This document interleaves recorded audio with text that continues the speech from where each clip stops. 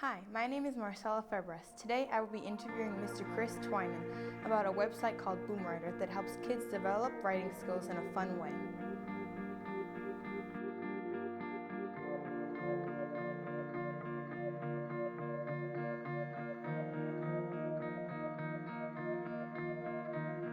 Chris, tell me about BoomWriter and how you came up with the idea. Okay. Well, BoomWriter is an online it's a website that allows kids to write with real published authors.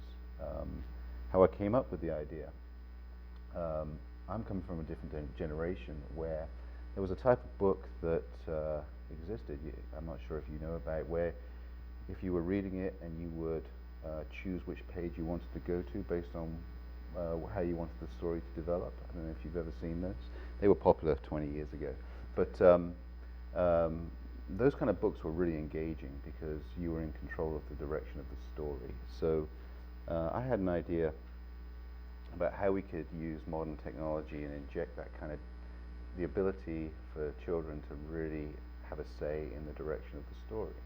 So the process really works with we find real published children's authors that write a story start, and then children write what they think the next chapter should be, and then we have a clever voting process that allows them to decide which was the best chapter, and that becomes chapter 2, and then they repeat the process, chapter 3, chapter 4, chapter 5, until the story is complete.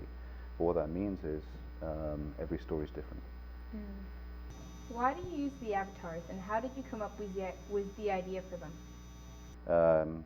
Well, it really gets down to one thing, which was if you have BoomWriter in a classroom, and every kid in the classroom's written what they think the next chapter should be, it's important that we make the voting process anonymous, because what we didn't want is a popularity contest in the classroom.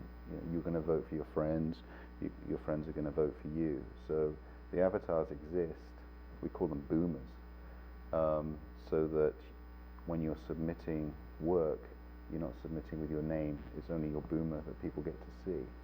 So it means that the kids are voting on the quality of the content, the quality of the chapter. And how do you get authors and famous people to write the first chapter? We beg them. No, we're lucky to have a link with some big publishing companies, like Barnes & Noble, for example, and a company called Houghton Mifflin Harcourt, which is actually is one of the oldest companies in the country, coming from the Massachusetts area. So they are connected with children's authors, and they have made the introductions for us. Any celebrities we should look forward to working with in the future? So yeah, absolutely. There's one that we're going to write. We're doing a competition in the summer with Jeff Kinney, who is the Diary of a Wimpy Kid author. So that's a huge franchise. Many books, a movie, and he's working with us and WGBH to roll out a virtual summer camp, which kids will be able to write alongside him. They're going to get to meet him. They're going to get to really engage with him and his characters. That sounds fun. Yeah.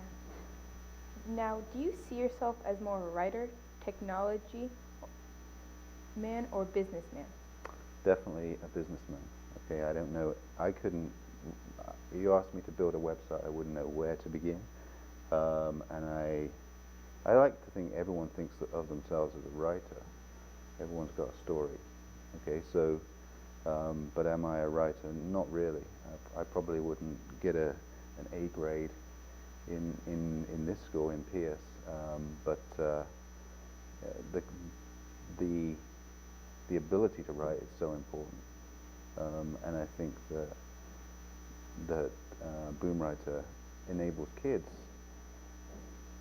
to write in a competitive way. So this is really cool. The kids in school today, where they compete, is traditionally on the football field or on the lacrosse field, there's not a lot of competition in classrooms, and the kids that really excel at writing can really compete and become the, I don't know if jocks is the right word, I'm an English guy, but jocks in the classroom, in the reading environment. So, you know, kids that couldn't compete before can now compete as well. Do you have a partner? Is this a one-man job? Can you tell me how your business is set up? Sure. So I had the idea and I needed a teacher, okay, to test the idea. So I went to the first teacher that I thought would make sense, which was my daughter's 6th grade teacher. And the Sunday after reaching out to him, he said, we're on a charity walk around, his class was on a charity walk around Cambridge. And so I had him for 3 hours under an umbrella. It was in pouring rain. And by the time we finished the walk, we'd agreed that we would create BoomWriter and test it in his classroom. So there is someone else, yeah, there's a teacher. And that combination is really important. The fact that I don't know enough about education, he knows a lot. I know enough about technology and what engages people from a website perspective. But those two things coming together are a pretty powerful combination. Plus, we're both dads, so that helps. So, do you read entries? Do you have a favorite published book? I read them. I go into classrooms as well while the process is taking place. And let me tell you about my favorite book in a second. But I went into a classroom one day in a computer lab, and it was complete silence. Okay, all the kids were logged into BoomWriter. There were 30 kids in a circle with all the computers. I'm sure there's a lab here somewhere that you use.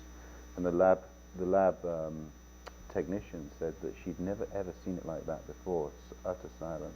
Normally she's like having to control the level of noise, but it was completely quiet. So, but my favorite book was actually one that was written in Australia, because BoomWriter is in 80 countries now, and it was from actually a story start, the initial story start called that was written for us, which was the case of the missing Caraviglio, which is a mystery story start that's targeted at 6th grade kids.